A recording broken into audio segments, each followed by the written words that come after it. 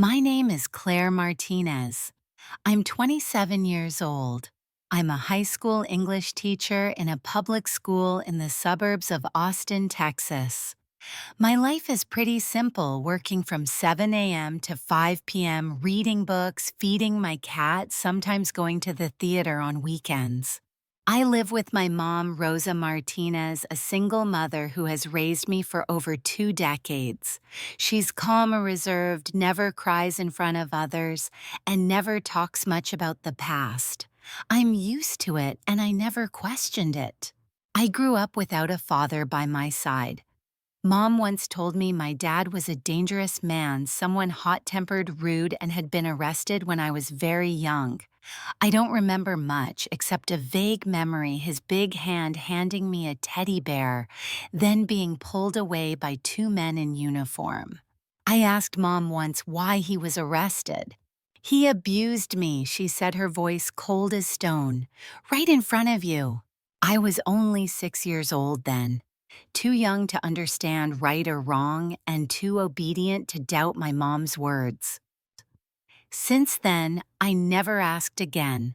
I only knew that after that incident, Mom changed her last name from Rodriguez to Martinez, cut off all contact with Dad's family, and moved houses 3 times before settling in Austin.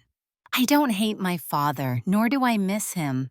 In my mind, he is a shadow, a closed chapter in the book of my and Mom's life. Until one day, a simple question from a student sent me on a journey back into my family's entire history. "Ms. Claire, how can I look up old arrest records for a family member?" I typed a few keywords to help the student, and the result wasn't the student's name but Luis Rodriguez, domestic incident, arrest record, 2004. My dad's name. I clicked it. The name listed as the caller was Rosa Martinez. I stared at the screen. My hands went cold. My heart skipped a beat. No way. Mom said it was a neighbor who called. She said she even wanted to forgive him. I read it again. Caller Rosa Martinez. Relationship to suspect wife. Reason concern for personal safety and young daughter. I don't know how long I sat frozen. But I know for sure from that moment on, the past was no longer the past, and the mother I loved all my life had become a complete stranger. That night I couldn't sleep. I lay in bed with my phone beside me, the arrest record page still open. The name Rosa Martinez under the caller section seemed to be stuck in my brain. I tried to think of other possibilities. Maybe it was someone with the same name. Maybe the police made a clerical error. Maybe so. It was some kind of protection tactic my mom didn't want me to know about. But the more I thought, the more I felt betrayed. The next morning, I went to my mom's house unannounced. Her small apartment on the third floor of the old building was as quiet as always. She was watering succulents on the balcony, wearing a brown sweater and slippers. She turned when she saw me. "Claire, you're here early. What's up?" I didn't greet her. I pulled out my phone and opened the saved arrest record. "Do you remember the incident in 2004 when Dad was arrested?" She froze. The watering can paused mid-pour, water dripping. "Why do you ask?" "I found the police report. The caller wasn't a neighbor. It was you." A heavy silence filled the air. She looked at me, eyes neither angry nor sad, only cold and defensive. "That's a clerical error. I didn't call. I was unconscious then." "Are you sure? Because the report clearly shows your name, address." "Everything matches you exactly. Please tell me the truth." She turned away and went inside. I followed, voice shaking. "Mom, you always said Dad was dangerous. But if you were the one who called the police, why hide it? Why lie?" She sat on the couch, not looking at me. "Because you were young. You didn't need to know the truth. I did it to protect you." "But you didn't protect me from the truth. You hid it. I grew up thinking Dad was a violent, cruel man. And now I find out the one who started it all was you. You don't understand. Then explain it to me. She looked up. For the first time, I saw something in her eyes. Not fear, not guilt, but a loss of control. I did everything for you, for us to survive, Claire. I froze. Survive. She looked at me as if she had said too much. I stepped back, my head spinning. Mom, is there anything else you haven't told me? She didn't answer. And that silence made me realize this story isn't just a police call. It's an entire family history torn apart for something much bigger. I left my mother's house feeling frozen. On the way home, I tried to recall everything my mom had ever told me about her childhood, about Dad, about the past. But the more I thought, the more I realized she never really told me anything.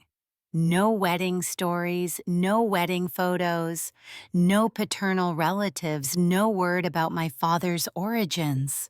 That night, I sat down and opened the old photo box Mom had given me when I started college. Most pictures were of me, kindergarten, graduation, birthday candles, preschool ceremony. But only 2 photos showed a man I guessed was my dad. One was in a park, him carrying me on his shoulders. The other, him sitting far away watching me play on the slide. Mom never explained those 2 photos, and now I wondered if she wanted me to forget him. Why keep them?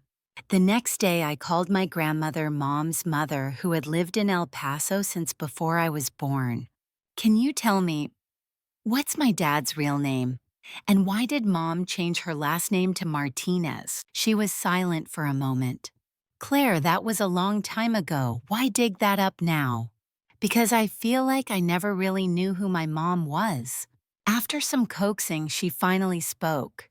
Your mom's original name was Rosa Elena Rodriguez. Your dad's name was Luis Manuel Rodriguez. They met working at a restaurant in El Paso, but at that time, your mom didn't have legal papers. I was stunned. Mom was an undocumented immigrant. Not exactly. She overstayed her visa. I don't know all the details, but if the police found out, she could have been deported at any time. What about Dad? He was a permanent resident, later got citizenship. So, maybe he wasn't the dangerous man Mom said he was. She didn't answer right away. Your mom had reasons to be scared, but she didn't know everything. They fought a lot. Once Rosa cried and said, "If I don't act first, I'll be the one thrown out." Then he disappeared. Your mom changed her name, moved, and never spoke of him again. I hung up feeling like I'd opened a door behind which was a long corridor lined with other doors no one dared open. That night I dreamed of Dad. His face was blurry, but his eyes were real, not angry, not cruel, but tired, weary. The next morning, I started searching Luis Manuel Rodriguez, El Paso deportation 2004. And that name still exists somewhere. Somewhere that man is still alive. And he might be the missing piece I've been searching for my whole life. 3 days after my call with Grandma, I returned to my mom's apartment. This time she wasn't home. I still had the spare key from when she was hospitalized. I didn't intend to invade her privacy, but a feeling kept urging me. The answers are here somewhere. I entered her bedroom, a place I rarely accessed as a child. Mom always locked the wardrobe and emptied the drawers. But that day when I pulled the bottom right drawer, I found an old wooden box. It wasn't locked. I opened it. Inside were a few faded photos and a red cloth wrapping something. I unraveled it. It was a small, soft-bound diary, pages yellowed with age. No name on the cover, but inside was Mom's familiar handwriting. June 17, 2004. Luis hit me again, this time right in front of Claire. I have never been this scared. He doesn't need a reason. He just gets angry. And I have nowhere to run. June 20th, 2004. Mom told me to leave. but I couldn't. No papers, no stable job, no place to go. If I called the police, I would be deported. And Claire? Who would raise her? June 22nd, 2004, I called the domestic abuse hotline. They told me to record evidence. I don't have a recorder, only fear. June 25, 2004, I saw him look at Claire with strange eyes. Cold, empty, I have to do something or I will lose my child. I stopped reading, my heart felt squeezed. I continued flipping to the last pages. July 4th, 2004, I called the police. I told them he hit me. They came immediately. Claire cried. Luis didn't resist. I know I betrayed part of my life, but I had no choice. July 6, 2004, he was deported. I changed my last name, cut off contact with his family. No one was told, no one spoke. Claire will grow up in peace, never knowing the past. I put the diary down, hands trembling. I didn't know what hurt more, knowing Mom was truly abused, or knowing she constructed part of the story to protect herself. I didn't know which truth was absolute, but I knew one thing: I couldn't live with half a picture painted by fear and silence. I had to meet Dad. I had to hear him speak. I wasn't exactly sure what to expect standing in front of the small red-roofed house on the outskirts of Guadalajara, Mexico. The house sat at the end of a dirt alley surrounded by dragon fruit plants and the scent of rotting wood. I found the address through a residency record from 2012. The name listed Luis Manuel Rodriguez, born 1971, occupation carpenter. I rang the doorbell. My heart raced. The door opened. A man in his 50s, dark-skinned, salt and pepper hair, a gaunt face with cautious eyes looked at me. I spoke. "I'm Claire, your daughter." That sentence felt like a stone dropped into a still lake. He was stunned. After a long pause, he opened the door wider and said softly, "Come in." Inside the house was simple. On the wall hung an old photo, me as a child holding a teddy bear. "You still keep this photo?" I asked. He nodded. "When I was deported, I couldn't take anything, except my wallet. Inside was this photo." We sat down. I told him about my life in Texas, about Mom, about discovering the truth recently. Then I asked, "Did you ever hit Mom?" He looked at me so long I thought I was frozen in time. Once he said, "We fought badly over money and papers, but I apologized afterward. I didn't expect her to call the police, and I didn't expect to never see you again." I choked up. "Did you ever hurt me or intend to?" He shook his head, eyes watering. "Never. You're the only thing I ever did right." We sat silently for a while. I didn't know how much of him to believe, just like I didn't know how much of Mom to believe. But when he pulled out a small wooden box, opening it to reveal unsent letters, I cried. Each letter addressed to me, to my daughter somewhere in America. I read a few lines. Letters dated 2005, 2008, 2011. All carried the same message, asking for forgiveness and hoping one day to call me daughter again. I didn't hug him. He didn't touch me. We just sat there, two strangers with the same blood beneath the sunset of a foreign city. On the way back, I thought, if both Mom and Dad are partly right, who am I in this story?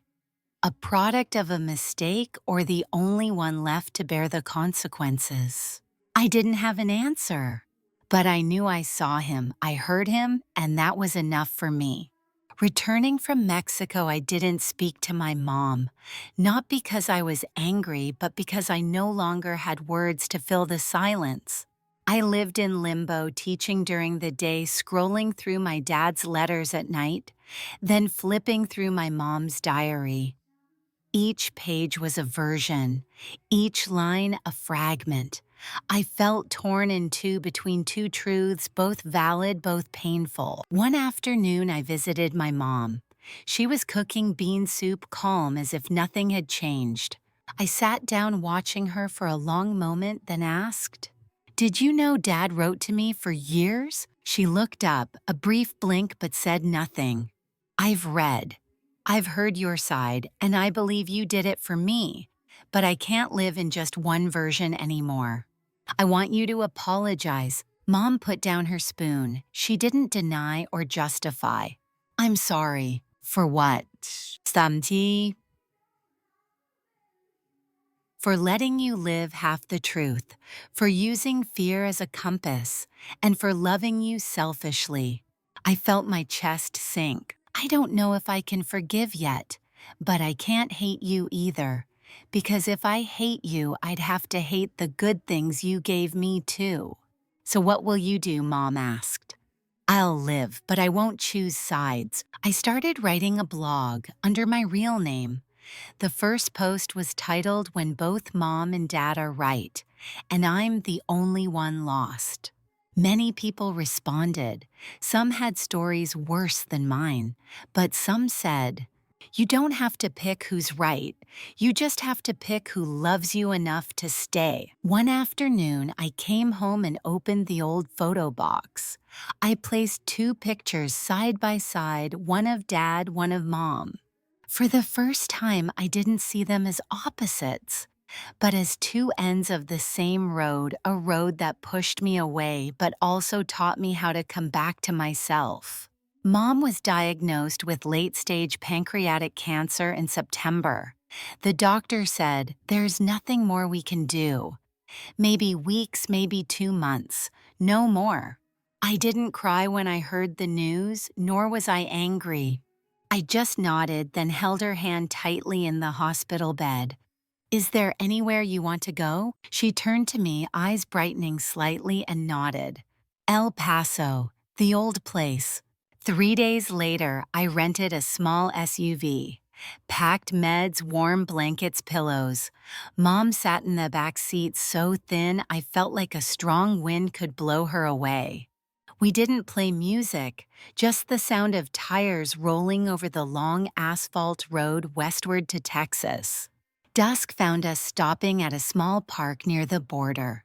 It was where Mom said she met Dad for the first time. I spread a blanket, helped her out of the car. She sat on a wooden bench staring at the old bridge over the Rio Grande. Mom said if she could choose again, she'd live differently, she said. "Does she regret it?" She shook her head, then smiled faintly. "No regrets, but no forgiveness either." Mom thought she was strong, but really just a mother afraid of losing her child. I sat beside her holding her hand. "I used to be angry, very angry, but now I feel sorry because no one ever really protected you." She turned to me, tears falling freely for the first time. "Thank you for still calling me Mom." That night I took her back to the hospital. She fell asleep. 3 days later, she passed away peacefully, without pain. The funeral was small. No lavish flowers, no expensive wreaths. Just me, some old neighbors. And my dad standing far away, not coming close but present. I placed a small letter wrapped in lace on Mom's chest. "To the imperfect woman who loved me with all she had." 3 months after Mom's funeral, winter began to cast a thin frost over Austin. I kept teaching as usual, still brewing coffee every morning, but my heart was more at peace. I continued writing my blog. Readers kept growing. Not because I told sensational stories, but because I wrote with an honest voice, the voice of a girl torn between two truths, learning to live with both. One evening, I received a handwritten letter. Not an email, not a message, a real letter from my dad. The envelope read, "If you don't mind, I'd like to invite you to Thanksgiving dinner, not to fill gaps, but to rebuild what's lost. Luis." I read it over and over, then smiled. I didn't need an apology anymore. I just needed an open door to know I could walk through if I wanted. That Thanksgiving evening, I sat at the dinner table beside a man I once knew as a stranger, and now quietly part of me. We didn't say much, but in the silence there was no distance, only acceptance. I looked up at the photo of Mom on the small altar, her eyes gentle as that last night in El Paso. I didn't choose Mom or Dad. I didn't choose right or wrong. I just chose to be myself. I am Claire, raised with love by Mom, though sometimes twisted by fear. Born of Dad's blood, though separated by decades of misunderstanding. And I understand now, family isn't always clear-cut, but if they come back, if they choose to stay, that is enough.